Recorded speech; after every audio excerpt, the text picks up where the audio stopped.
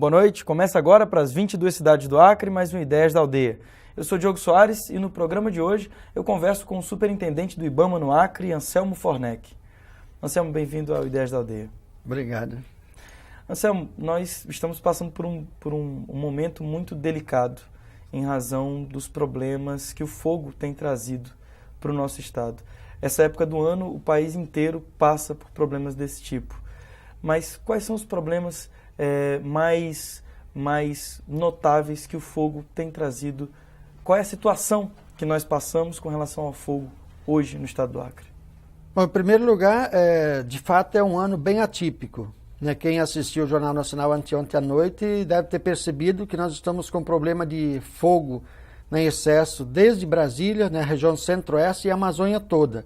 Né? Tivemos um ano onde que em janeiro, aliás, os cientistas nos alertavam em janeiro de que nós iríamos ter um ano extremamente crítico, que foi a menor índice pluviométrico que nós tivemos, né? Praticamente não choveu no mês de janeiro, então a terra não teve como estar reservando água para suportar o verão, para estar fornecendo água devagarinho para os nossos rios, e a floresta altamente desidratada, porque no subsolo, né, nós não temos água. Então, esse momento crítico hoje, ele vem em função dessa relação toda. E aí, o que nós nunca tivemos aqui, e nos era alertado pelos cientistas já há muitos anos, de que nós um dia poderíamos vir a ter incêndios florestais na Amazônia. A gente achava que não, que a floresta sempre era a barreira, né? Para o fogo vir e parava. Tem um índice de hidratação muito alto. De hidratação era alto. Agora não, o que nós vimos efetivamente na região de Assis Brasil e Brasileia, verdadeiros incêndios florestais. Né? Eu pessoalmente presenciei um incêndio muito grande no final de semana na estrada do Icuriã, entre Assis Brasil e o Icuriã, e um outro incêndio muito grande que ocorreu em Brasileia nos últimos 3 dias e foi controlado, graças a Deus, essa madrugada, às 2 horas. Né, os dois incêndios, tanto em Assis Brasil quanto tanto em Assis como de Brasileia, mas graças à intervenção conjunta, né, do IBAMA, do IMAC, do Exército, das prefeituras locais e das associações. Aí é uma coisa importante, porque nós no ano passado treinamos através do PROARCO, junto com o apoio do Corpo Bombeiro, nós treinamos mais de 120 associações de produtores rurais para o combate a incêndios florestais e outros incêndios mais comuns. Elas atuaram nesses... Atuaram, porque nós deixamos equipamentos para todas essas associações. E o que serviu nesse momento foi essas associações, nós estamos colhendo esses equipamentos, juntando parte das pessoas dessas associações e fazendo os verdadeiros mutirões. Né? E claro que se for um momento mais crítico, um incêndio de maiores proporções, aí entraria a Defesa Civil junto com o Exército, a Polícia Rodoviária Federal, IBAMA, IMAC, todo mundo. Essa é uma pergunta que não tem como não ser feita. Quando um incêndio de grandes proporções está se alastrando, quais são as medidas práticas que se tomam para que se contenha esse incêndio? Bom, dependendo dos ventos, a gente aplica um contrafogo, o que é muito complicado nessa época, porque o vento muda toda hora, né? Que se o fogo vem de lá, o vento vem nessa direção, você põe um fogo aqui, quando esse fogo grande chegar aqui já tem queimado o suficiente para ele não voltar mais para lá. Agora, nesse período é muito complicado. Esses incêndios atuais, nós conseguimos contê-los, né, com a ação das bombas costais, né, jogando água, e o de Brasileia só foi possível fazendo um acero com trator no meio da floresta, né? Porque a floresta é um problema também, que principalmente onde tem tabocais, né? Porque o fogo pega uma altura relativamente alta, então é difícil você conseguir atingir com bomba costal com água. E caminhão-pipa, né? Que a Prefeitura de Brasileia também alugou um caminhão-pipa, então essas duas ações conjuntas que conseguiram deter o fogo. Nas fazendas também o pessoal tem feito, na sua grande maioria, aceros com tratores. Mas em alguns, mesmo assim, não resolve, porque o índice de umidade está tão baixo, né, e o material a ser queimado, tanto a floresta, a capoeira como o capim, totalmente desidratado, que uma faísca às vezes voa 10, 20 metros, né, e pega fogo. Vi no final de semana na BR-364, no quilômetro 86, né, 3 fazendas queimando, e o vento era tão forte que o fogo ultrapassou o asfalto e foi parar no outro lado. Então é muito complicado. A única saída é efetivamente Não não queimar, respeitar a portaria baixada pelo governo do estado através do IMAC e IBAMA, proibindo a queima até o dia 18 de setembro, em a gente voltando a ter chuvas. Se não tiver chuvas até essa data, nós estaremos alongando esse prazo.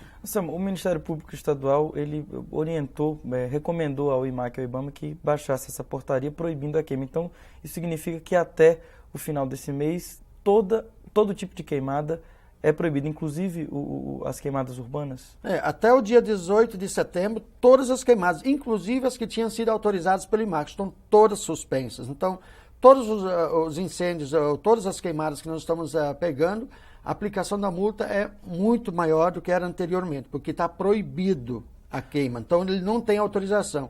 Em ele não tendo autorização, não tem como ter uma multa inferior a R$1.000 ao hectare. Anselmo, agora é sabido de todos também a grande dificuldade que tem em termos de pessoal e de material técnico para se fazer a fiscalização e o monitoramento, tanto da parte do IBAMA quanto da parte do IMAC. Como é que vocês estão trabalhando essa situação?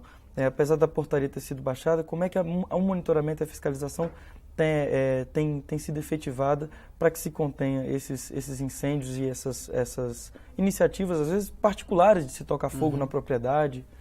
Nós estamos com o efetivo todo no campo, tanto o IBAMA como o IMAC. No IMAC, através de seus técnicos, pelotão florestal, nós com os nossos fiscais, nossos técnicos.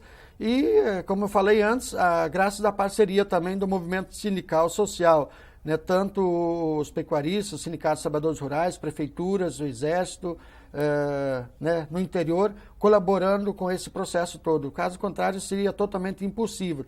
Né, e nós estamos aguardando também o helicóptero, né, que poderá nos dar uma colaboração o helicóptero do extraordinário, o helicóptero do IBAMA, que era para ter chegado ontem à tarde, passou por um processo de manutenção em Porto Velho e ao decolar ele teve um problema no motor e está sendo feita a revisão hoje, uma análise, uma avaliação para ver da capacidade que tem de ele suportar esse momento da fiscalização. Caso esse helicóptero não possa vir, deverá ser deslocado um outro do Pará para nos dar um suporte nesses próximos dias aqui. Marcelo, e você disse que esse helicóptero ele vai ajudar nesse processo de fiscalização. Além disso, ele também tem como medir as áreas em que estão acontecendo os incêndios. Explica para a gente como é que funciona a grande vantagem, porque no helicóptero, além de você estar monitorando, né, você no ato você tem a dimensão da área, que qualquer região de desmatamento, de queima, basta você pegar 3 pontos, né, porque o helicóptero tem a vantagem, pegou o ponto com o GPS, pegou outro, pega, sem joga pousar no ar sem mesmo. Pousar no ar mesmo, você joga no computador, no sistema, e você tem imediatamente a definição, o indicador de quantos hectares, né, que foram queimados, que foram desmatados. Então, essa é uma facilidade que a gente não tinha uns anos atrás, que você tinha que ir batendo corda, como que falavam, né, para a gente ter exatamente a dimensão da área que era queimada. Mas é importante também colocar de que, além das pessoas que eu citei, nós temos hoje o Corpo de Bombeiros, a Defesa Civil, o Exército, a Polícia Rodoviária Federal, a Polícia Federal, também todo mundo no alerta máximo. Caso ocorra um incêndio de maiores proporções, aí sim a Defesa Civil que vai coordenar esse processo. Né, o Exército já disponibilizou a partir de hoje, inclusive, um contingente para estar acompanhando nós na fiscalização, ao invés então de eu estar mandando 2 ou 3 fiscais numa mesma viatura para o mesmo local, basta estar mandando um fiscal que vai acompanhado com 2 ou 3 homens do Exército. Então esse suporte aumenta muito a capacidade de a gente estar nos mais diversos pontos onde as infrações estejam sendo cometidas. Anselmo, no início da entrevista a gente falava sobre esse ano atípico que nós estamos vivendo aqui e que o Acre está sentindo isso de uma maneira muito intensa, até pela falta do costume dessa baixa hidratação, os baixos índices pluviométricos dos rios, a baixa umidade relativa do ar. E qual foi a última vez que se tem registro de índices tão baixos? Em off a gente conversava, você dizia que visitou todos os rios do Acre e todos estão nesse mesmo nível que o rio Acre se encontra. Essa realidade do rio Acre não é privilégio nosso, né? Nós temos todos os demais rios, desde a Foz do Tejo, lá em Marechal Tamaturgo, perto da divisa com o Peru, a situação é crítica da mesma forma. Os rios estão praticamente sem condição de navegação, está dando problemas para cidades que vivem ao redor dos rios e não tem acesso por estrada ainda. E agora o grande problema disso tudo foi exatamente a falta de chuvas no mês de janeiro, né? E nós já tivemos uma condição semelhante há uns 40 anos atrás. Só que você imagina 40 anos atrás, Rio Branco, o que tinha, qual era a população de Rio Branco? Talvez 10, 15 mil habitantes. Então a demanda era uma da necessidade do abastecimento, da disponibilidade de água. Não era sentido pela sociedade isso de uma forma tão cruel como é hoje. Então hoje praticamente 300 habitantes, a demanda é outra. Então mesmo que seja um processo cíclico, né, essas secas, mas a cada vez mais nós vamos sentir mais. Por quê? Porque o número de pessoas aumenta, nós precisamos ter uma demanda de água maior, o índice de desmatamento está maior, então a contenção da água é menor, né, porque quando você tem uma floresta toda em pé, a chuva ela retém grande parte das águas que caem, né, fica armazenada nas raízes, no solo, e quando você tem um desflorestamento, o capim detém muito pouca água, praticamente nenhuma, você tem a imediata saída dessa água para os rios, correrão por outros locais e nós não temos mais o processo de armazenamento como nós tínhamos anteriormente. Anselmo, e comparando com outros anos em que esses índices com relação à água não são tão baixos, tem como a gente ter uma noção de comparação do que está acontecendo esse ano, do que aconteceu, por exemplo, ano passado, ano retrasado? No ano passado, na verdade, a gente acabou não tendo nem verão, né? Toda semana a gente tinha uma chuva. Nós temos hoje, a maior parte do Vale do Acre está com 80 a 90 dias sem chuva, né? Isso é uma situação extremamente grave hoje. Na água nós não tínhamos problema de abastecimento no ano passado, né? Embora tivéssemos tido problema de abastecimento na cidade, mas aí foi falta da gestão do poder público. Você vê com os níveis que está o Rio Acre hoje, mas houve uma capacidade da gestão pública, da Prefeitura Municipal, do Governo do Estado agindo junto, conseguiram, né, comprar bombas flutuantes e o nível de abastecimento de Rio Branco está no mesmo, praticamente como no período do verão.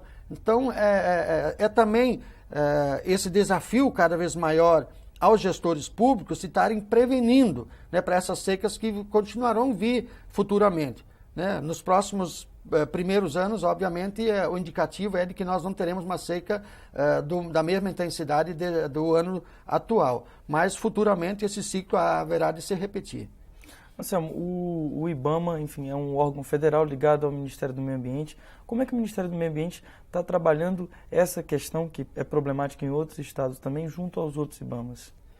Bom, essa questão, na Amazônia, graças ao Plano de Combate ao Desmatamento e Queimadas, né, que foi lançado em maio do ano passado pela Presidência da República, a coordenação é da Casa Civil e a execução coordenada pelo Ministério do Meio Ambiente.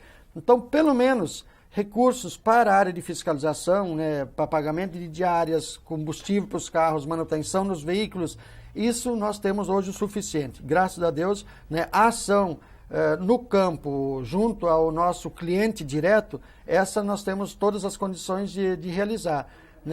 Há, claro, problemas na área administrativa em função do contingenciamento dos recursos na área federal para o pagamento de contratos. Isso existe, é um limitador, mas... Que acaba interferindo na deficiência de pessoal, obviamente, nesse momento. Na deficiência pessoal, ela depende um pouco da ampliação dos próximos concursos públicos para que a gente tenha incorporação de mais pessoas. Nós tivemos agora um concurso recente, vamos ter incorporação de 17 pessoas novas aqui no Acre até outubro, e no ano que vem, com o concurso que será realizado no mês de março, deverão ser incorporadas mais 30 pessoas. Então, eu acho que a partir dali o IBAMA ficará de a dimensão, eu acho que será razoável para que a gente possa ter uma ação mais efetiva em todo o estado, principalmente nas unidades de conservação de uso direto, sustentável, ou as unidades de conservação integral, né? Anselmo, a gente volta daqui a pouquinho nesse bate-papo. Não sai daí, daqui a pouquinho a gente está de volta.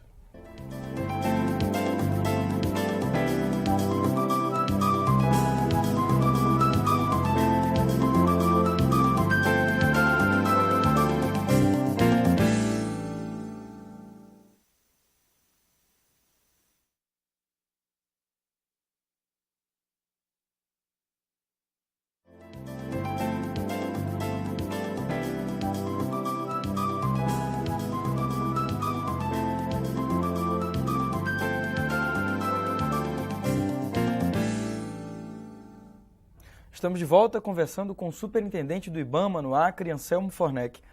Anselmo, no bloco anterior nós falávamos sobre os problemas que o Estado tem enfrentado por conta da situação do fogo e da situação da pouca água, tanto com relação ao ar e aos próprios rios no estado do Acre.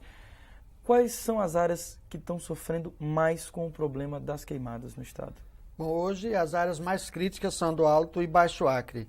Alto Acre pior do que o Baixo, né? Assis Brasil, Brasileia, Acrelândia, Plácio de Castro são as regiões mais críticas. É o índice de desmatamento mais elevado também que existe no estado do Acre, né? Tanto pelos assentamentos, né, do INCRA que foram feitos, né, de uma forma errada ao longo dos anos, né, como também pela instalação da pecuária nessa região. Então, os índices são extremamente elevados nessa região principalmente. Anselmo, e falando em queimadas, em degradação da floresta, a gente não tem como não falar de desmatamento. Existe um aparente contrassenso nesse momento que a gente vive. Semana passada, a ministra Marina Silva divulgou alguns dados de uma diminuição do desmatamento da Amazônia e o Acre despontava como um dos estados que mais diminuiu o desmatamento, torno de 65% em relação aos anos anteriores. É estranho nós termos um problema desse com relação ao fogo e temos a diminuição do índice de desmatamento. Qual que é a relação que existe entre essas duas informações, a diminuição do desmatamento e esse perigo com relação ao fogo praticamente incontrolável? É o que muita gente pergunta para a gente na rua, né? Como é possível, né? Estão noticiando que diminuiu o índice de desmatamento e com esse fumaceiro todo, de onde que está vindo? Na verdade, essa não é uma relação direta, né? Porque, claro, se você tem aumento do índice de desmatamento, vai ter um aumento também do índice de fogo.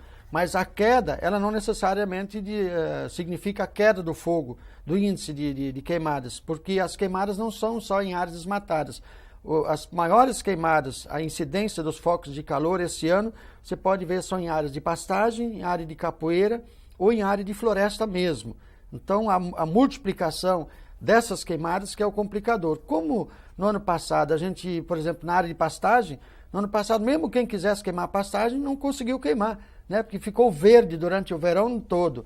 Esse ano, por mais que alguém não queira queimar, mas passa alguém, né, de pilantra mesmo, para dizer, né, na estrada, ou acontece alguns caçadores, né, que vão na floresta, jogam uma ponta de cigarro, ou pela mania de querer ver fogo, né, acende o isqueiro ali, faz qualquer foguinho, e esse fogo não tem controle, né, porque às vezes as pessoas, não, mas eu vou fazer um fogo no meu roçado, eu vou controlar, vai ser um fogo controlado.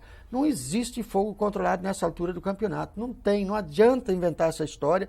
Um dos maiores incêndios aqui na 364 esse final de semana, ele foi exatamente por isso, né, um senhor lá juntou o entulho ao redor de casa e botou fogo. Entrou para dentro da sua residência, quando deu conta, a fazenda dele estava toda em chamas, porque não tem, qualquer vento leva essa faísca, então a umidade é tão baixa, não tem jeito, não dá para queimar. É simplesmente, mas o que faz para não ter incêndio? É não queimar, né? Não tem como.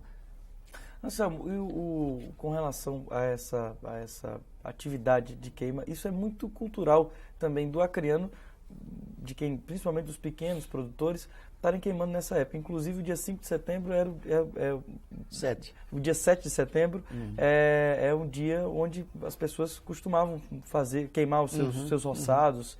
Enfim, como é que faz para se trabalhar isso, uma mudança de uma tradição, praticamente, no Estado?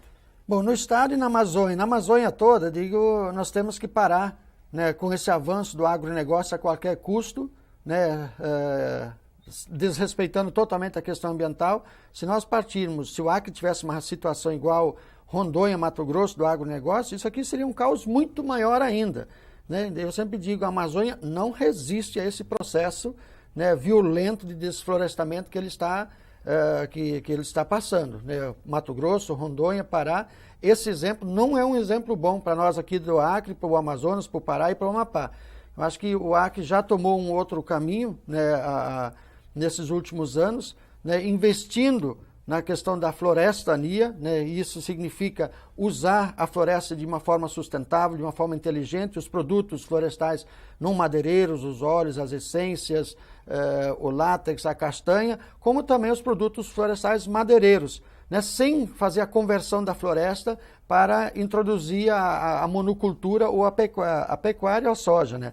E eu acho que esse é a única saída. Nós não temos outra saída. E a pequena agricultura, ela poderá também, temos que, claro, avançar na mecanização e avançar também na recuperação dos solos degradados. E a recuperação, hoje já tem várias experiências em curso, né, com a introdução da poeirária, né, ou da mucuna preta, né, que está sendo usada em algumas propriedades. Isso é uma espécie de capim? É isso? Não é um capim, é poeirária mesmo. Né? E, por exemplo, aqui em Rio Branco, nos polos agroflorestais da Prefeitura Municipal, a Prefeitura vai estar trabalhando agora em todos os polos a recuperação dos solos degradados, exatamente com a mucuna preta.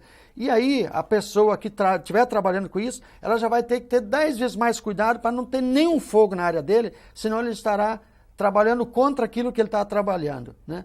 Então, é também uma mudança cultural, ao invés de estar convertendo a floresta, que a conversão da floresta na pequena propriedade, ela não é uma conversão para a agricultura, é uma conversão na ótica da pecuária, né? Eu vou convertendo esse ano 2 hectares ou 3, no ano que vem mais 2 ou 3, aquilo que ficou aqui para trás, eu não deixei a capoeira regenerar, mas eu botei capim na expectativa de botar o boi ali dentro. Quando eu chegar no fim, como dizem os pequenos produtores, quando chegar na última pedra, tiver de pedra desmatado, olha para trás, aí você vê, às vezes é só capim, né? E a pessoa mal e mal teve dinheiro para colocar um boizinho. Mas essa fantasia de virar fazendeiro, essa cultura que tem que mudar, né? E mudar para uma cultura de uso da floresta. É um problema de orientação que foi dado, né, principalmente na década de 70 e 80, pelos órgãos de assistência, pelos órgãos de fundiários, o INCRA principalmente. Aquele modelo de reforma agrária, de ocupação, ele é um modelo totalmente equivocado, né? Hoje a gente tenta trabalhar, né, principalmente esse modelo de reserva extrativista e os PAFs, né, os projetos de assentamento florestal, para que as pessoas efetivamente aproveitem a floresta sem convertê-la. Não existe possibilidade de se falar em degradação ambiental sem se pensar justamente na produção, que é justamente no que o que você acabou de falar. Quais são as alternativas para quem precisa queimar, para de repente plantar o seu roçado, nesse momento que a gente vive hoje? Nesse momento é esperar uma chuva, né? E depois da primeira chuva você queimar. Que o roçado queima depois da primeira chuva, né? Que quem tem experiência de campo sabe, né, que isso não é uma asneira que a gente está dizendo. Né? Você esperar a primeira chuva, né? Claro que aí alguns dizem, sim, mas a cama molhou. Que a cama que chama é a folha que caiu, ficou no chão, que não queimaria mais tão bem como antes. Mas não é para queimar o solo, torrar o solo. Né? A queima básica para que você ainda possa manter, né, algum humus, né, a floresta, nutrientes, que eles não queimem todos. Então é possível sim, espere a primeira chuva e só queime após essa primeira chuva, que como já falei, não tem fogo controlado nessa altura do campeonato. Anselmo, a gente está percebendo também uma grande comunhão entre instituições para conter esse problema do fogo. Ministério Público, Corpo de Bombeiros, Polícia Federal, Polícia Militar, o IBAMA, o IMAC. Existe algum plano já definido para, de repente, para uma situação mais emergencial do que essa que a gente está vivendo? Porque a gente ainda está num estado de alerta, ainda não chegamos num estado de calamidade pública. Nós, com esse ingresso da friagem, aqui em Rio Branco, né, deu algumas chuvas em alguns bairros, mas o interior, o contato que a gente teve hoje em todos os municípios do Alto Acre, não caiu absolutamente nada de chuva. Então, a gente tem uma diminuição do índice da umidade, né, o aumento da velocidade dos ventos, o que é um risco iminente da proliferação das queimadas. Para um ato mais dramático, vamos dizer assim, drástico, nós temos já uma situação preparada, né? A Defesa Civil reuniu ontem, né, com todos os órgãos, com a Polícia Ambiental, com o Exército, com a Polícia Rodoviária Federal, o Corpo de Bombeiros, IBAMA, IMAC, traçando já uma estratégia de intervenção em caso necessário. Então, essa ação, quem coordena é a Defesa Civil, mas essa estratégia eu posso te confirmar e confirmar a todos que ela está preparada e para qualquer eventualidade maior, nós estaremos prontos para a intervenção. Sabe, quais são os telefones que as pessoas podem ligar para fazer denúncias, para tirar dúvidas com relação a esse problema do fogo? Bom, principalmente o da Defesa Civil, o 193, né, que poderá ser acionado a toda e qualquer hora, e 190 também da polícia, que a gente está conectado, né, e são telefones que a população toda já sabe. 193 e 190, né? E muitas pessoas do interior têm ligado constantemente o Alto Acre, todo mundo, né, liga direto para o celular da gente. Não tem como a gente não atender também, 9971 8081. Né? Às vezes vai dar o telefone o celular, no celular no ar, mas é assim, né? Tem funções públicas que você não tem mais o direito de certas privacidades. Né? E ainda mais numa situação dessas de hoje, vocês têm que estar disponível 24 horas por dia. E tem também um telefone específico do Instituto de Meio Ambiente do Acre, que é o 3224-5497, a gente tem o número na tela, então quem precisar ligar para de repente fazer alguma denúncia sobre algum incêndio, não hesite em utilizar esses esse telefone números. É o telefone da sala situação, né, que fica no IMAC, onde que a gente concentra os planejamentos integrados, né, e qualquer denúncia que alguém tiver pode ser feita por um desses telefones. Anselmo, a gente tem uma outra informação que você trouxe, quentinha aí do forno, que é uma alteração de um decreto presidencial que é de muito interesse e inclusive é uma informação necessária porque também interfere no hábito das pessoas com relação à relação que se estabelece entre o homem e a floresta. Eu queria que você falasse um pouco sobre isso. A gente teve uma alteração do decreto 3.179, né, que é de setembro de 99, para esse decreto agora, o dia 25 de agosto deste ano, decreto da Presidência da República, e ele altera fundamentalmente duas questões. Né, a multa, né, aplicada em área de reserva legal na Amazônia ou em área de preservação permanente, né, que vinha de até R$ 1.500, ela passa para R$ 5.000 agora. Né? E outra questão que, normalmente, quando a gente apreendia um caminhão com madeira ou transportando outros produtos florestais ou animais, né, não permitidos, ou motosserra, né, você liberava, né, esse instrumento no ato do pagamento da multa. Agora não mais. Né? E aí eu gostaria de fazer um alerta, né, a todas as empresas de transporte coletivo, as empresas aéreas, né, que redobrem os cuidados na vistoria da bagagem que os passageiros estarão levando. Principalmente nos finais de semana, quem vem das colônias ou dos municípios do interior para Rio Branco, né, que tem ainda esse costume de estar trazendo um jabuti, estar trazendo um tatu, estar trazendo uma paca, né, algo desse sentido. Em nós apreendermos uma carne de caça dentro do ônibus, o ônibus também será apreendido e só será liberado sob determinação judicial. Não adianta mais só o pagamento da multa para ser liberado. O caminhão que for pego com madeira, transportando madeira de forma clandestina, né, sem autorização, sem a TPF, ele será apreendido e ficará preso até a conclusão da peça judicial. Então, e no caso de um carro particular, o cidadão foi lá numa reserva, queria comer um jabutizinho, trouxe o jabuti dentro do carro, foi pego pela fiscalização. O que acontece? Ele, infelizmente, vai ter o carro preso e, em havendo condenação, o carro dele vai para leilão público.